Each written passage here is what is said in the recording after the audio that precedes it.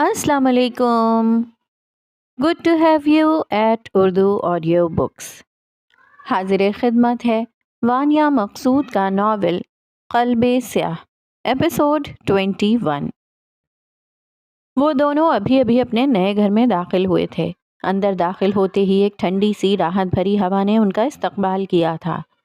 گھر پہلے سے صاف ستھرا، سادہ مگر دلکش انداز میں سجا ہوا تھا. نازیہ کے لاکھ منع کرنے، آنسو بہانے کے باوجود شہریار نے نرمی اور پیار سے اپنی ماں کو سمجھایا تھا. وہ خود بھی جانتا تھا کہ وہ ماں کو تکلیف دے رہا ہے، لیکن ماہر کو سکون دینا اس کے لیے اب سب سے زیادہ ضروری تھا. اور نازیہ، وہ بار بار ماہر کو چھوڑنے کی بات کہہ دیتی تھی جو شہریار کے دل کو چیرتی تھی. تزمین اور باقی سب نے کچھ نہ کہا، بس ایک ہی جملہ بولا تھا: تمہاری زندگی ہے، جیسے چاہے جیو. جہاں زیب سے تو ماہر نے شادی کے بعد سے کوئی بات ہی نہ کی تھی. وہ تھپڑ جو اس نے بے گناہ ہوتے ہوئے بھی مارا تھا، وہ آج بھی ماہر کے دل میں زخم کی صورت موجود تھا. حالانکہ پھپھو نے بھی بہت کڑوی باتیں کی تھیں، لیکن وہ شاید نظر انداز ہو گئی تھیں. کاشان تو ویسے بھی خوش تھا. وہ چاہتا ہی تھا کہ ماہر گھر چھوڑ کر چلی جائے. سلیمان شاہ کا دل البتہ کچھ بجھ سا گیا تھا. اب عروہ کی شادی بھی ہونے والی تھی، وہ بھی چلی جائے گی تو حویلی کی راہداریاں خالی ہو جائیں گی. لیکن ماہر نے وعدہ کیا تھا کہ وہ آتی رہے گی. اس کے لیے یہی کافی تھا. اب وہ دونوں ماہر اور شہریار گھر کے اندر قدم رکھ چکے تھے. سامان اندر رکھا جا چکا تھا. دونوں نے ہاتھ کمر پر رکھے ہلکی سی تھکن اور خوشی کے احساس کے ساتھ پورے گھر کو ایک نظر دیکھا. شہریار سیدھا جا کر صوفے پر گر گیا. آخر کار، اس نے تھکا تھکا سا کہتے ہوئے آنکھیں بند کر لیں. ماہر مسکرا کر اس کے قریب آئی. چلو آؤ، گھر کی سیٹنگ کرتے ہیں. سب کچھ تھوڑا سا بدلنا ہے. مجھے یہ صوفے یہاں اچھے نہیں لگ رہے. شہریار نے ایک آنکھ کھول کر اسے دیکھا. ابھی؟ کل کر لیتے ہیں. ابھی تو میں بہت تھک گیا ہوں، واقعی. ماہر نے پرجوش انداز میں کہا.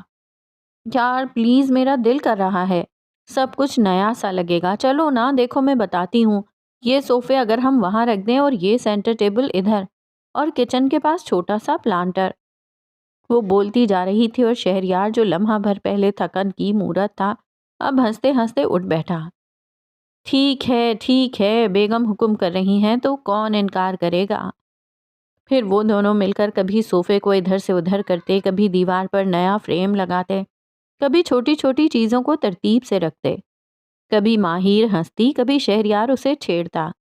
نہ تھکن رہی نہ بوجھ، بس وہ دونوں اور ان کی ایک نئی زندگی کا آغاز. ماہر نے میز کا ایک کونا تھاما اور شہریار نے دوسرا. دونوں ہنستے ہنستے اسے کھینچ کر کھڑکی کے پاس رکھ دیا. صوفے کو دونوں نے مل کر دائیں جانب سرکایا. پردے شہریار لگا رہا تھا اور ماہر پیچھے سے پکڑ کر سیدھا کر رہی تھی. کشن ترتیب میں رکھے، فرش پر قالین بچھایا اور ٹی وی کا رخ بدل دیا.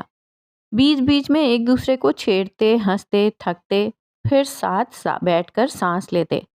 چھوٹے چھوٹے لمحوں میں جیسے وہ اپنا نیا گھر بسا رہے تھے.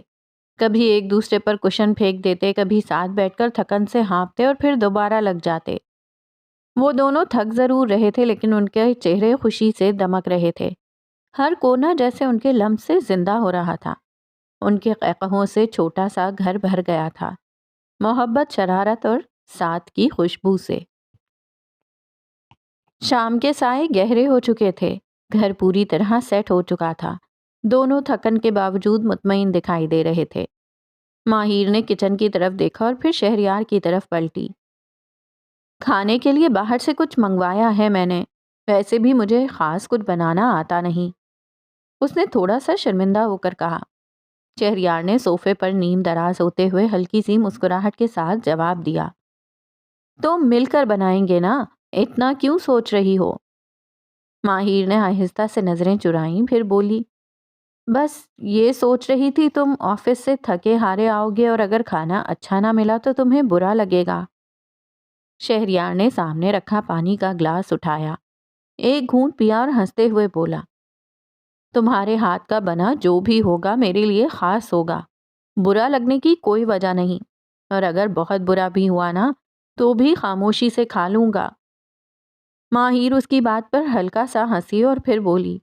پھر ٹھیک ہے، کل سے کوشش کروں گی کچھ اچھا بنانے کی۔ شہریار نے مسکرا کر سر ہلایا۔ چاہے کچھ بھی بنا لینا، بس ساتھ بیٹھ کر کھانا ہے وہی کافی ہے۔ کمرے میں سکون سا چھایا ہوا تھا۔ شہریار نیم دراز صوفے پر لیٹا ہوا موبائل میں کچھ دیکھ رہا تھا جب اچانک ماہیر کا فون بجا۔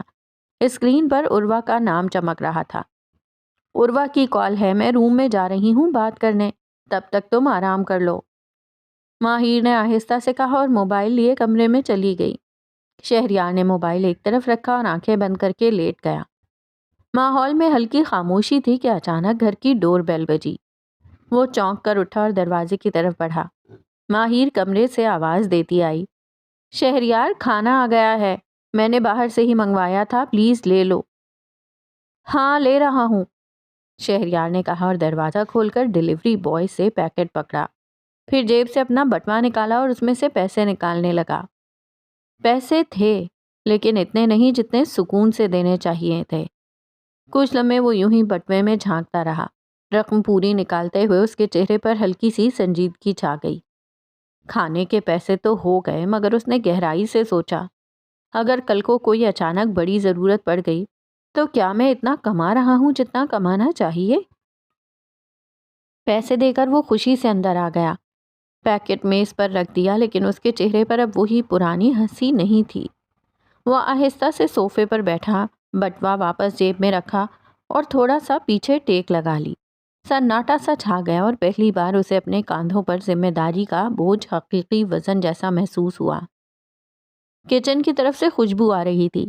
ماہیر ہاتھوں میں پلیٹیں لیے مسکراتی ہوئی ٹیبل کی جانب آئی۔ اس کے چہرے پر ایک الگ ہی چمک تھی، جیسے اس نئے گھر میں نئی زندگی نے اس کے دل کو کچھ خاص سا سکون دے دیا ہو۔ چلو کھانا لگاتے ہیں، بھوک لگی ہے، وہ خوشی سے بولی، مگر جیسے ہی اس نے شہریار کی طرف دیکھا اس کی مسکراہٹ ہلکی سی دھندلا گئی۔ شہریار صوفے پر بیٹھا، کوہنی گھٹنے پر ٹکائے، نظریں زمین میں گاڑے گہری سوچ میں گم تھا۔ ماہیر نے قدم آہستہ کیے اور میز پر پلیٹیں رکھتے ہوئے نرمی سے پوچھا، شہریار کیا ہوا؟ تم اتنے خاموش کیوں ہو؟ وہ ایک پل چپ چاپ، پھر آہستہ سے نظریں اٹھا کر بولا، میں یہ سوچ رہا ہوں کہ میں تمہیں وہ زندگی نہیں دے سکتا جس کی تم حقدار ہو ماہیر۔ ایسی زندگی جیسی وہ حویلی تھی، آرام دہ، آسائشوں والی۔ میں بس ایک معمولی نوکری کرتا ہوں، محدود تنخواہ، محدود وسائل۔ تم کہیں مجھے چھوڑ تو نہیں دو گی؟ اس کی آواز میں ایک نمی تھی، ایک انجانی بے بسی۔ ماہیر کا دل جیسے تھوڑی دیر کے لیے ساکت ہو گیا۔ وہ چند لمحے اسے دیکھتی رہی، پھر آہستہ سے اس کے پاس آئی، نیچے اس کے سامنے بیٹھ گئی اور نرمی سے اس کا ہاتھ تھام لیا۔ زندگی سہولتوں سے نہیں، احساس سے بنتی ہے شہریار۔ اس کی آواز میں مضبوطی تھی، سچائی تھی۔ اگر میں تمہیں تمہارے عروج میں چاہ کر تمہارے زوال میں چھوڑ دوں تو پھر میں تم سے محبت کیسے کر سکتی ہوں؟ یہ میری فطرت نہیں ہے۔ میں نے تمہارے ساتھ چلنے کا وعدہ کیا ہے، کسی منزل کی شرط پر نہیں، صرف چاہت کی بنیاد پر۔ تم نے یہ سوچ بھی کیسے لیا کہ میں تمہیں چھوڑ دوں گی؟ شہریار کی آنکھوں میں نمی سی اتر آئی، مگر وہ کچھ کہہ نہ سکا۔ ماہیر نے دھیرے سے مسکرا کر کہا، چلو کھانا ٹھنڈا ہو جائے گا، اور سنو، تمہارے ساتھ جو سکون ہے نا، وہ کسی محل میں بھی نہیں تھا۔ ایک خاموش سا لمحہ دونوں کے بیچ محبت کی مہر ثبت کر گیا۔ صبح کی ہلکی ہلکی روشنی کمرے کی کھڑکی سے اندر آ رہی تھی۔ نرم دھوپ بستر پر پھیل چکی تھی۔ ماہیر کی آنکھیں آہستہ آہستہ کھلیں۔ اس نے تھوڑی سی حیرت سے بستر کے ساتھ نظریں دوڑائیں، مگر وہ وہاں نہیں تھا۔ آنکھیں ملتی ہوئی وہ اٹھی اور بالوں کو ایک ہاتھ سے پیچھے کرتے ہوئے دروازہ کھول کر باہر نکل آئی۔ فضا میں ناشتے کی خوشبو تھی، انڈے اور چائے کی مہک۔ وہ حیرت سے چلتی ہوئی کچن کی طرف گئی۔ وہاں شہریار کھڑا فرائنگ پین میں انڈا تل رہا تھا، سادہ سی شرٹ اور پاجامے میں ملبوس۔ ہاتھ میں چمچ تھامے وہ بڑی سنجیدگی سے اپنا کام انجام دے رہا تھا۔ جیسے ہی اس نے ماہیر کو دیکھا وہ ہولے سے مسکرایا، گڈ مارننگ، ناشتہ ریڈی ہے۔ ماہیر کچھ دیر حیرت سے اسے دیکھتی رہی اور پھر نرمی سے بولی، تم نے ناشتہ کیوں بنایا؟ کیونکہ تم سو رہی تھی اور میرا جگانے کا دل نہیں تھا۔ وہ مسکراتے ہوئے انڈے کو پلٹتے بولا، چلو اب جلدی سے ٹیبل پر بیٹھو، میں ناشتہ لگا رہا ہوں۔ تم تم مجھے اٹھا دیتے شہریار، خود بنانے کی کیا ضرورت تھی؟ ماہر، وہ نرمی سے بولا، یہ کوئی بڑی بات نہیں ہے، شوہر ہوں تمہارا، فرض ہے میرا، اور ویسے بھی میں ناشتہ بہت اچھا بنا لیتا ہوں۔ اب بیٹھو ورنہ ٹھنڈا ہو جائے گا۔ اب وہ پیار سے ناشتہ پلیٹوں میں سجا رہا تھا۔ ماہر آہستگی سے مسکراتی ہوئی ٹیبل کے پاس آ کر بیٹھ گئی۔ دل کے اندر کہیں ایک نرم سی خوشی ابھری تھی۔ وہ جانتی تھی یہی وہ سکون ہے جس کی وہ ہمیشہ سے خواہش رکھتی تھی۔ یہ لو، یہ کھاؤ، اور اگر کچھ اور چاہیے تو بتانا، وہ بھی بنا دوں گا۔ وہ خود بھی اپنے لیے ناشتہ تیار کرنے لگا۔ ماہر نرمی سے اٹھی اور کہنے لگی، تم اپنا ناشتہ کرو، میں تمہارے لیے بنا دیتی ہوں۔ تمہیں آفس کے لیے دیر ہو رہی ہے نا؟ ارے نہیں، تم آرام سے بیٹھو، تمہارے لیے بنایا ہے، اپنے لیے نہیں۔ شہریار، تم تیار ہو جاؤ ورنہ دیر ہو جائے گی، آفس سے نہ نکال دیں۔ مجھے دو، میں بنا دوں گی، وہ محبت سے بولی اور شہریار کے ہاتھ سے چمچ لینے لگی۔ شہریار ہلکا سا مسکرایا اور اسے دیکھتا رہا۔ ماہر، میں نے وہ تمہارے لیے بنایا ہے، اپنے لیے نہیں، چلو جا کے وہ کھاؤ۔ ماہر اس کی آنکھوں میں خاموش سا پیار دیکھتی رہی، پھر آ کر دوبارہ بیٹھ گئی۔ وہ جانتی تھی شہریار اب کچھ کرنے نہیں دے گا۔ وہ آرام سے ناشتہ کرنے لگی اور دل میں سوچا کہ ماہر سے اچھا تو وہ بناتا تھا۔ کچھ دیر میں وہ آفس کے لیے تیار ہو چکا تھا۔ اس نے سفید رنگ کی استری شدہ شرٹ پہنی ہوئی تھی جس کے اوپر ہلکا نیلا سلم فٹ کوٹ تھا، ساتھ میں بلو کلر کی ٹائی اور بلو پینٹ۔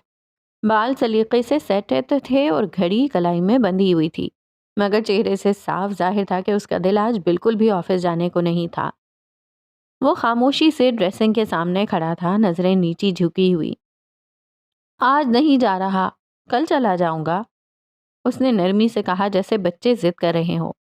ماہر اس کے سامنے کھڑی تھی، ہاتھ میں ٹائی تھامی ہوئی تھی اور اس کے گریبان کے پاس کھڑے ہو کر نرمی سے ٹائی باندھ رہی تھی۔ جانا ضروری ہے شہریار، وہ پیار مگر سختی سے بولی، ایسے بچوں کی طرح ضد نہیں کرتے، یہ نیا آفس ہے، دوسرا مہینہ ہے، تمہیں سنجیدہ ہونا چاہیے تمہیں۔ شہریار نے ایک ہلکی سی سانس لی، جیسے وہ کہہ رہا ہو کہ بس تم روک لو تو رک جاؤں۔ ماہر نے اس کی باتوں کو نظر انداز کرتے ہوئے بڑی ماں جیسی شفقت اور تھوڑی سختی سے اس کی ٹائی کو گرا دی۔ اور اب ہلنا مت، یہ ٹائی خراب ہو جائے گی ورنہ۔ وہ پوری توجہ سے اسے تیار کر رہی تھی، جیسے ماں اپنے بچے کو اسکول کے لیے تیار کرے۔ شہریار نے ہلکی سی مسکراہٹ دبائی، تم مجھے آفس نہیں یتیم خانے بھیج رہی ہو؟ چلو آپ جاؤ، ناشتہ کر چکے ہو، سب تیار ہے، اب دیر مت کرو۔ شہریار نے ایک آخری نظر اس پر ڈالی، جیسے دل بھر کے دیکھنا چاہتا ہو، اور وہ جو اب صرف بیوی نہیں، اس کی خیر خواہ، اس کی دوست تھی۔ ہاتھ میں بیگ تھما کر دروازے تک لائی اور مسکرا کر بولی، جلدی آ جانا، بہت بور ہو جاؤں گی۔ اور وہ جیسے ماں کے کہنے پر بچہ بھاری بستہ اٹھائے اسکول کی طرف روانہ ہوتا ہے، تھوڑا سا منہ بناتے ہوئے آفس کے لیے نکل پڑا۔ کچھ دیر کے آرام کے بعد ماہر آئینے کے سامنے کھڑی تھی، نیلے رنگ کی سادہ سی شلوار قمیص پہنے۔ اس کے چہرے پر صرف خاموشی اور سنجیدگی تھی، آنکھوں میں تھکن نہیں مگر ایک فیصلہ موجود تھا۔ کافی سوچنے کے بعد بالآخر اس نے خود کو منایا کہ اسے جانا ہوگا۔ اس شخص سے بات کرنا ضروری تھا، چاہے دل نہ مانے۔ گھر سے نکلتے ہوئے اس نے صرف موبائل فون ہاتھ میں لیا۔ شہریار گاڑی لے کر گیا ہوا تھا، اس لیے ماہر نے کیب منگوائی تھی۔ گاڑی آئی، وہ خاموشی سے دروازہ بند کر کے باہر نکلی اور اس میں بیٹھ گئی۔ کچھ دیر سفر کے بعد گاڑی ایک چھوٹے سے گھر کے باہر رک گئی۔ ماہر نے گہری سانس بھری، جیسے خود کو تھامنے کی کوشش کر رہی ہو۔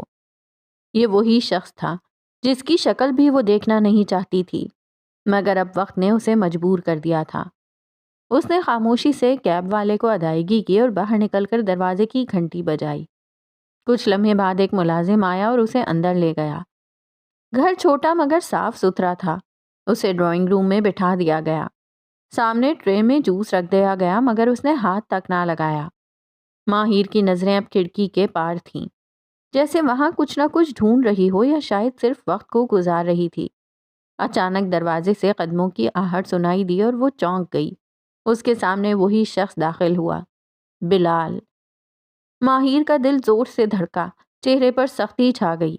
یہ وہی شخص تھا جس نے اس کی بہن کا دل توڑا، اس کی روح کو زخمی کیا، اور شاید اس کی موت کا سبب بھی وہی تھا۔ بلال آہستہ قدموں سے آیا اور ماہر کے سامنے بیٹھ گیا۔ کیسی ہو؟ اس نے نرمی سے کہا۔ ماہر نے نظریں نیچے کیے بغیر سخت لہجے میں کہا، بات کرنے آئی ہوں آپ سے۔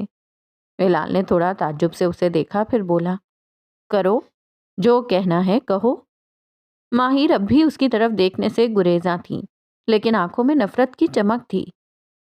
مہروش کے مرنے کے بعد بہت سے سوالات نے میری زندگی میں جنم لیا ہے، اور ان کے جوابات صرف تمہارے پاس ہیں، صرف تمہارے پاس۔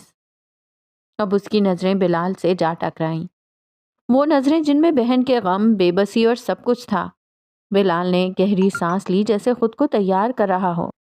پوچھو ماہر، جو پوچھنا ہے پوچھ لو، میں سب سچ بتاؤں گا۔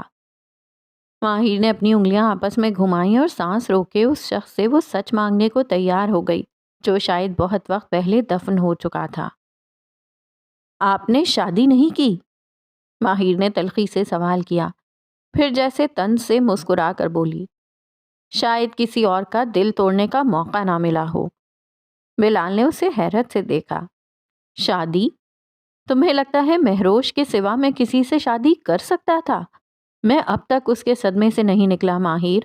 اوہ بس کریں آپ۔ ماہر کا لہجہ کانپنے لگا۔ میری بہن کو مارنے والے آپ ہیں، اس کے ساتھ جھوٹا پیار کر کے اسے دھوکہ دیا آپ نے، اس کی سچائی، اس کا اعتبار آپ نے سب رون دیا۔ بلال ششدر رہ گیا، مگر ماہر رکی نہیں۔ میں نے خود آپ کو مال میں ایک لڑکی کے ساتھ دیکھا، ہنستے باتیں کرتے، خوشی خوشی، جیسے کوئی پرواہ ہی نہ ہو، اور آج کہتے ہیں آپ صدمے میں ہیں۔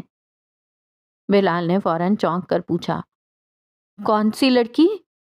ایک لڑکی تھی، لمبے بال، فراک میں، آپ کے ساتھ تھی، اور میں نے آپ کو ہنستے ہوئے دیکھا۔ بلال کا چہرہ الجھ گیا۔ وہ لڑکی؟ وہ تو میری سگی بہن ہے ماہر، اس کی شادی ہونے والی ہے، وہ شاپنگ کے لیے آئی تھی میرے ساتھ۔ ماہر جیسے پل بھر کو ساکت ہو گئی۔ اور رہی بات تمہاری بہن کو دھوکہ دینے کی، توبہ ہے ماہر، میں اس سے سچی محبت کرتا تھا۔ اس رات جب وہ میرے پاس آئی، میں نے خود قاضی صاحب کو بلایا تھا، میں نکاح کے لیے تیار تھا، مگر آخری لمحے پر تمہاری بہن کا دل بدل گیا، اس نے کہا وہ نکاح نہیں کرے گی اور چلی گئی۔ ماہر اب گہری خاموشی سے سنتی رہی۔ کیا مطلب؟ بلال بھائی، مہروش نکاح کیوں نہیں کرنا چاہتی تھی؟ بلال نے ایک پل کو آنکھیں بند کی، جیسے یادوں کا بوجھ سنبھالنے کی کوشش کر رہا ہو، پھر آہستہ سے بولا، ماہر، تم مہروش کی ماں زینت کے قاتل کو جانتی ہو؟ ماہر نے فوراً سر ہاں میں ہلایا۔ ہاں جانتی ہوں۔ کس نے بتایا تمہیں؟ کسی نے نہیں، مہروش کی ڈائری میں پڑھا تھا، بچپن میں اس نے اس شخص کے بارے میں لکھا تھا۔ حویلی میں سب یہی کہتے تھے نا کہ زینت نے کسی شخص کو گھر بلایا تھا جو اسے اور مہروش کو اس کی ماں کے گھر لے جائے، اور وہی شخص اس کا قاتل تھا۔ مگر قاتل وہ نہیں تھا ماہر۔ ہاں، مگر قاتل وہ شخص نہیں تھا جس سے زینت نے بلایا تھا، وہ تو مہروش نے اپنی ڈائری میں لکھ دیا ہے کہ کون تھا۔ سب باتیں، سب فسانے وہ اس کی ماں پر تھوپ دی گئیں۔ میں اب تمہیں وہ ایک سچ بتانے جا رہا ہوں جو تمہارے سارے سوالوں کے جواب دے گا۔ بس ایک بات اور سب کچھ واضح ہو جائے گا۔ بلال کی آواز دھیمی مگر واضح تھی، اور ماہر کی آنکھیں اب آنسوؤں کے دھندلے پردے کے پیچھے چھپی ہوئی سنجیدگی سے صرف اسے تک رہی تھیں۔ وہ لمحہ جیسے وقت کے دھارے میں ساکت ہو چکا تھا، اور سچ صرف ایک سانس کے فاصلے پر کھڑا تھا۔ شہریار جیسے ہی تھکا ہارا شام کے وقت گھر واپس آیا، دروازہ کھولا تو اندر مکمل اندھیرا تھا۔ گھر کی ساری بتیاں بند تھیں اور ماحول میں خاموشی چھائی ہوئی تھی جو عام دنوں سے ہٹ کر تھی۔ ماہر، اس نے آہستہ سے پکارا، مگر کوئی جواب نہیں آیا۔ وہ فوراً لائٹ کا بٹن دباتا ہے، کمرے میں روشنی پھیل جاتی ہے، لیکن ماحول ویسا ہی خالی سا تھا۔ اس نے ادھر ادھر دیکھا، کچن، کمرہ، ہر جگہ دیکھا، مگر وہ کہیں نہیں تھی۔ دل میں بے چینی سی جاگ اٹھی۔ فوراً فون نکالا اور نمبر ملایا۔ کال تھوڑی دیر بعد اٹھا لی گئی۔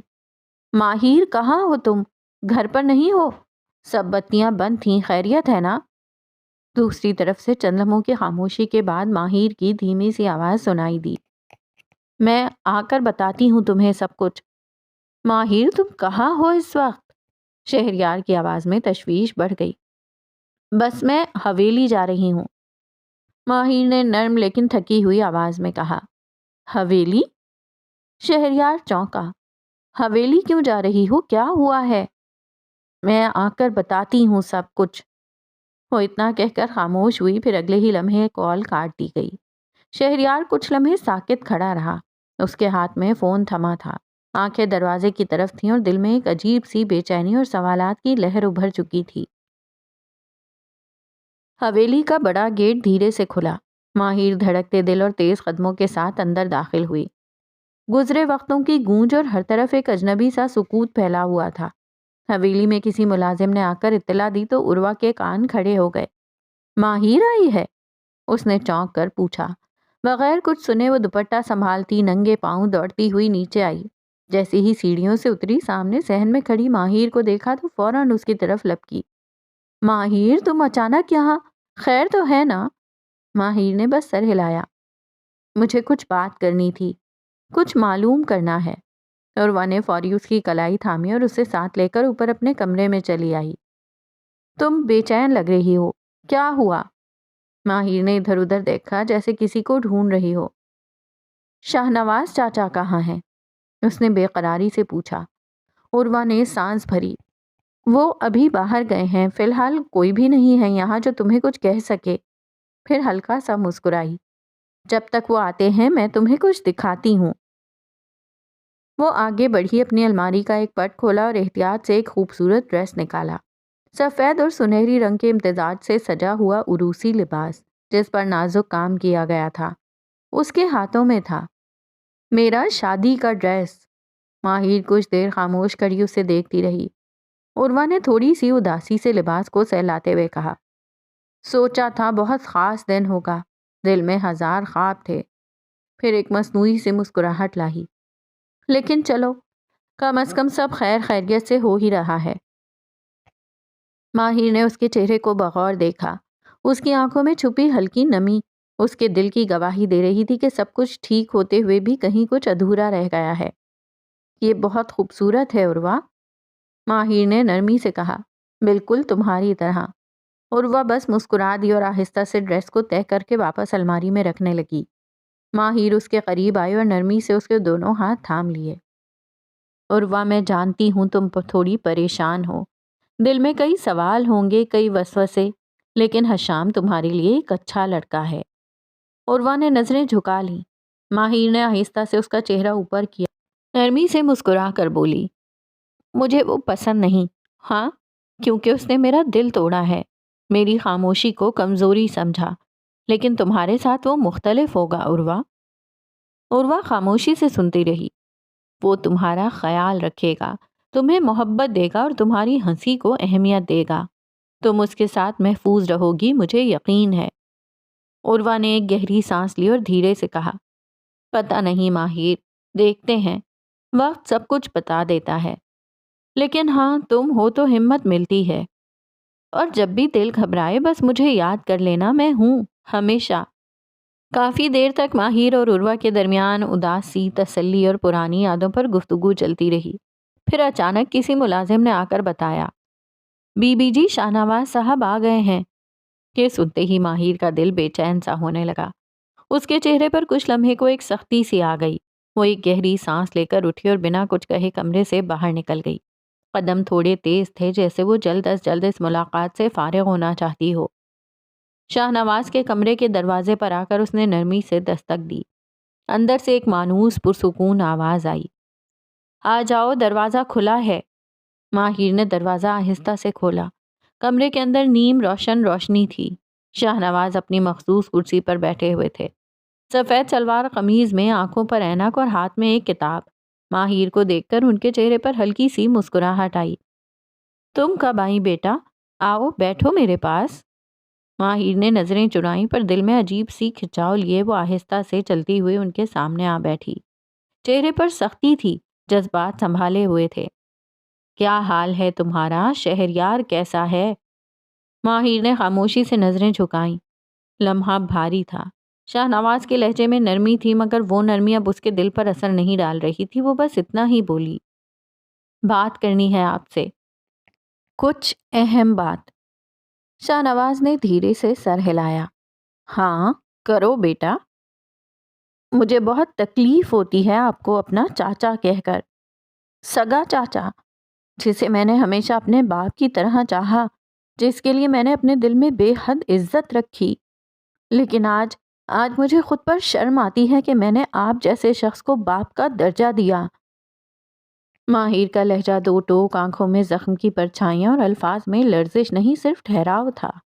شاہ نواز ساکت بیٹھے تھے، جیسے کسی نے ان کے قدموں کے نیچے سے زمین کھینچ لی ہو۔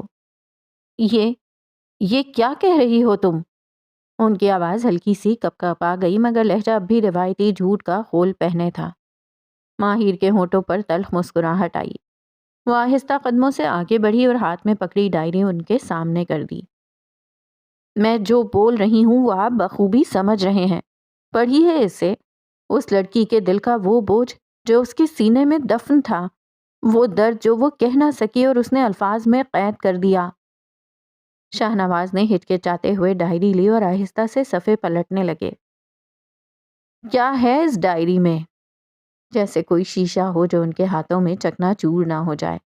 انہوں نے آہستگی سے صفحے پلٹنا شروع کیے، پھر اچانک ان کا چہرہ سفید پڑنے لگا۔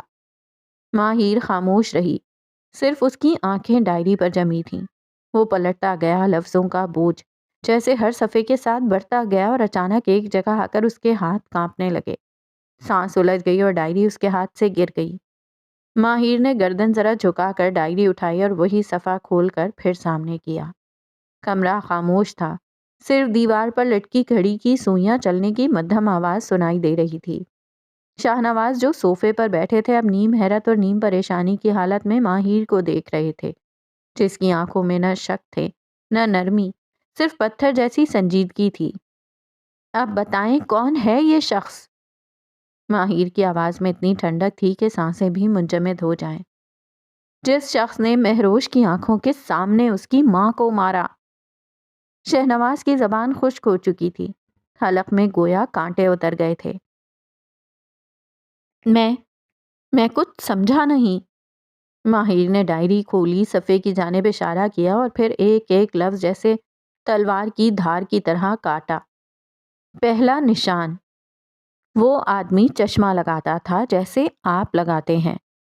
اس نے نظر اٹھا کر ان کی آنکھوں کے سامنے لگی اینک کو گھورا۔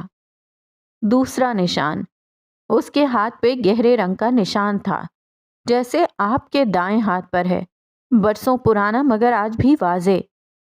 شاہ نواز نے غیر ارادی طور پر ہاتھ پیچھے کر لیا۔ تیسرا نشان، ماہر نے لمحہ بھر توقف کیا، پھر آنکھیں بند کر کے ڈائری کی سطر پڑھنے لگی جیسے الفاظ اس کے دل پر نقش ہوں۔ اس کے بولنے کا انداز دھیما مگر کڑی آواز میں ہوتا تھا، جیسے ہر لفظ میں زہر ہو، جیسے وہ حکم دے رہا ہو، جیسے وہ خوف دلانے والا ہو۔ اور میں نے بچپن سے آپ کے لہجے میں محسوس کیا ہے چاچا۔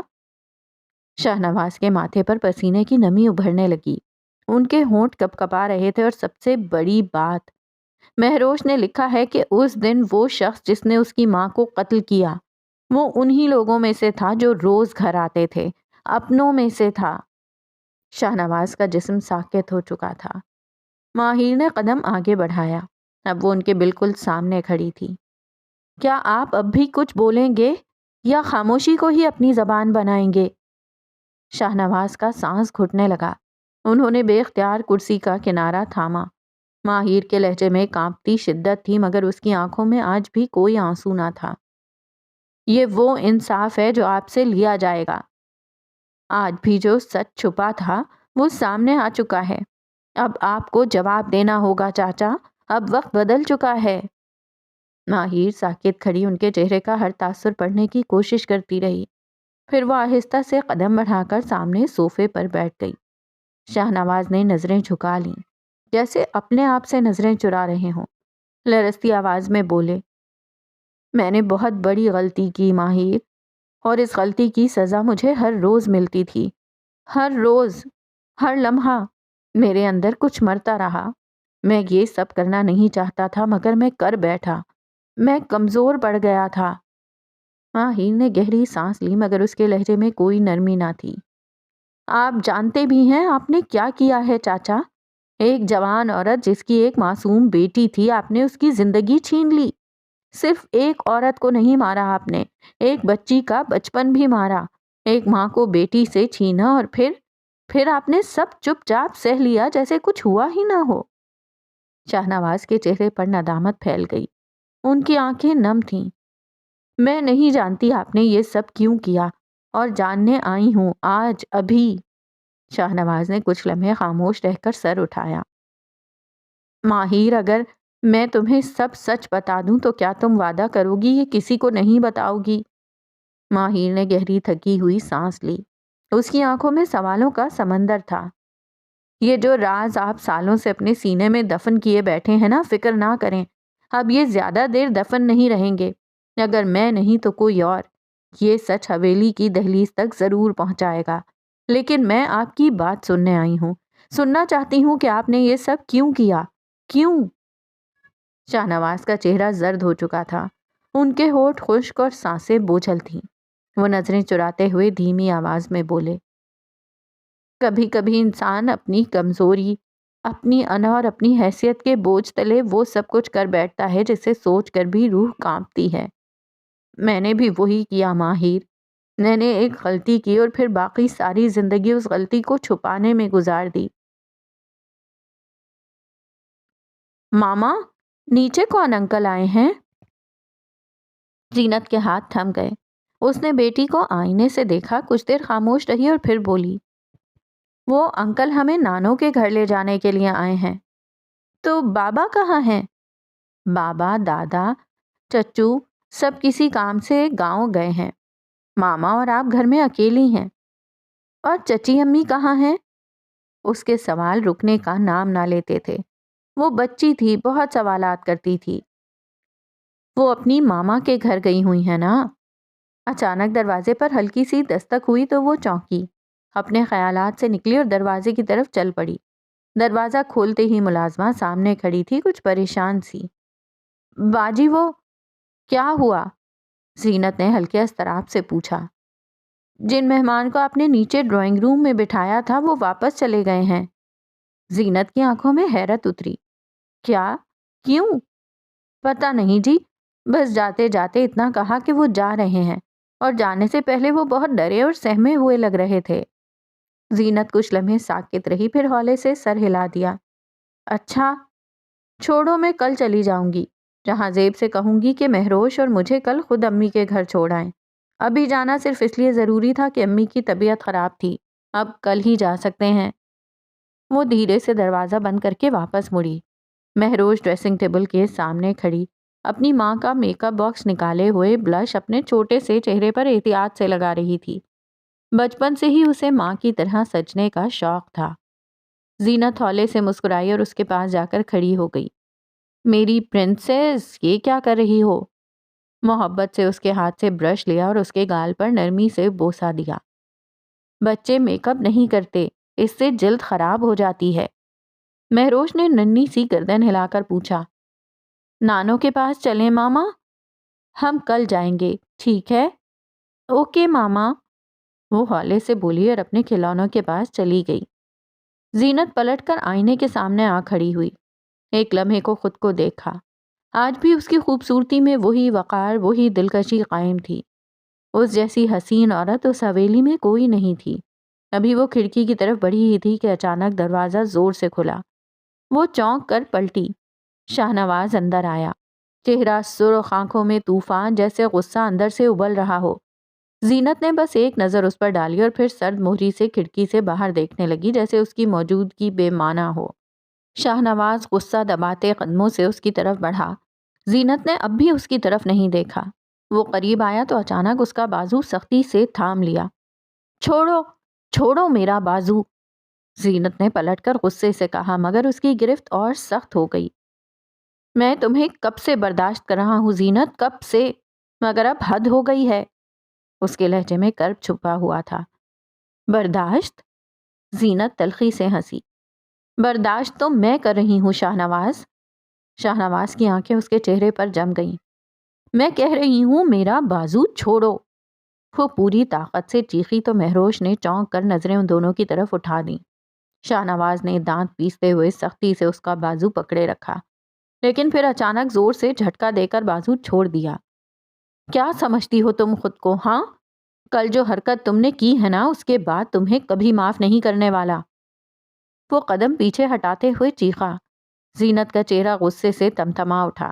وہ ایک قدم آگے بڑھی، آنکھوں میں حقارت لیے۔ میں نے جو کیا ٹھیک کیا۔ تم جیسے گھٹیا شخص کے ساتھ ایسا ہی سلوک ہونا چاہیے تھا۔ روز روز تم مجھے تنگ کرتے ہو، گندے الفاظ بولتے، چھونے کی کوشش کرتے ہو۔ میں نے سلیمان شاہ کو سب سچ بتایا اور میں نے بالکل ٹھیک کیا۔ تم جیسے درندے کو پوری حویلی کے سامنے ذلیل کیا، یہی میں چاہتی تھی۔ شاہنواز کا چہرہ پل بھر میں سرخ ہو گیا، جیسے کسی نے جلتی ہوئی راکھ اس پر پھینک دی ہو۔ اگر ایک لفظ بھی تم نے اب منہ سے نکالا نا، اس کی آواز میں زہر اتر آیا، تو میں خدا کی قسم تمہارے ساتھ وہ کروں گا جو تم سوچ بھی نہیں سکتی۔ ویسے بھی حویلی میں اس وقت کوئی نہیں جو تمہیں بچا سکے۔ جس کزن کو تم نے یہاں بلایا تھا اسے میں ڈرا دھمکا کر یہاں سے نکال چکا ہوں، اتنا کہ مدد کے وقت تم اسے آواز بھی نہیں دے سکو گی۔ اپنی بکواس بند کرو اور میرے کمرے سے دفع ہو جاؤ۔ زینت کی چیخ حویلی کے سنسان کمروں میں گونج گئی۔ اگلے ہی لمحے شاہنواز نے آگے بڑھ کر زور سے اس کے منہ پر ہاتھ رکھ دیا اور جھٹکے سے دیوار سے لگا دیا۔ اس کا ہاتھ اتنی شدت سے منہ پر تھا کہ زینت کا چہرہ درد سے ٹیڑھا ہو گیا۔ وہ کچھ بول ہی نہ سکی۔ میں نے کہا خاموش رہو، بالکل خاموش۔ اس نے زہر بھری سرگوشی کی، پھر آہستہ آہستہ ہاتھ ہٹایا۔ تم نے مجھے بہت ذلیل کیا ہے زینت، پوری حویلی کے سامنے، میرے بھائی، میرے باپ، میری بہن، سب کے سامنے تم نے میری محبت کو، میری بے چینی کو، میری چاہت کو چھیڑ چھاڑ کہہ دیا۔ اس کی آواز ٹوٹ رہی تھی، آنکھوں میں خالی پن تھا۔ میں بچپن سے تم سے محبت کرتا رہا، تمہیں چاہا، رویا، گڑ گڑایا کہ مجھ سے شادی کر لو، مگر تمہیں صرف جہاں زیب کی پرواہ تھی۔ تم نے اسی سے محبت کی اور شادی بھی اسی سے کی۔ میری محبت کا تم نے کبھی احساس نہیں کیا۔ میں نے تم سے 1000 بار کہا تھا کہ مجھے چھوڑ دو، اپنا راستہ اپنا لو، شادی کر لو، مگر تم نے مجھے 7 سال تک تنگ کیا۔ شادی کے بعد بھی تم مجھے مختلف طریقوں سے بلیک میل کرتے رہے، تنگ کرتے رہے۔ پھر کیا غلط کیا اگر میں نے سلیمان شاہ کو بتا دیا کہ ان کا بیٹا میرے ساتھ کیا کر رہا ہے؟ اس نے تلخ ہنسی۔ واہ زینت واہ، تمہیں میری محبت کی کوئی قدر ہی نہیں تھی۔ ہاں نہیں تھی، زینت نے 2 ٹوک لہجے میں کہا۔ اب دفع ہو جاؤ یہاں سے، مجھے تم سے کوئی بات نہیں کرنی۔ میں نے تمہیں ہمیشہ پیار سے سمجھایا کہ میری بچپن میں ہی جہاں زیب سے منگنی طے تھی، ہم ایک دوسرے سے محبت کرتے تھے، مگر تم نے کبھی نہ سنا، تو پھر جو میں نے کیا وہ میرا حق تھا۔ وہ کہہ کر جیسے ہی گزرنے لگی، شاہنواز نے پھر سے اس کا بازو زور سے کھینچا اور اپنے سامنے کر لیا۔ زینت کا ضبط ٹوٹ چکا تھا، اس نے پوری طاقت سے تھپڑ مارا۔ تھپڑ اتنا زوردار تھا کہ شاہنواز کا چہرہ ایک طرف جھک گیا۔ ایک لمحے کو جیسے وقت رک گیا، پھر اچانک جیسے شیطان نے اندر گھر کر لیا ہو، شاہنواز کے چہرے پر خون اتر آیا، آنکھیں جنون سے سرخ ہو گئیں۔ وہ گھوما، میز سے قینچی اٹھائی اور پلک جھپکنے میں زینت کے پیٹ میں زور سے گھسا دی۔ ایک بار، پھر دوسری بار، تیسری بار، چوتھی بار۔ زینت کی چیخ بھی نہ نکل سکی۔ وہ لرزتی ہوئی پیچھے ہوئی، آنکھیں پھیلتی گئیں، ہاتھ کانپتے ہوئے پیٹ پر رکھے اور پھر وہ وہیں فرش پر گر گئی، ہمیشہ کے لیے خاموش۔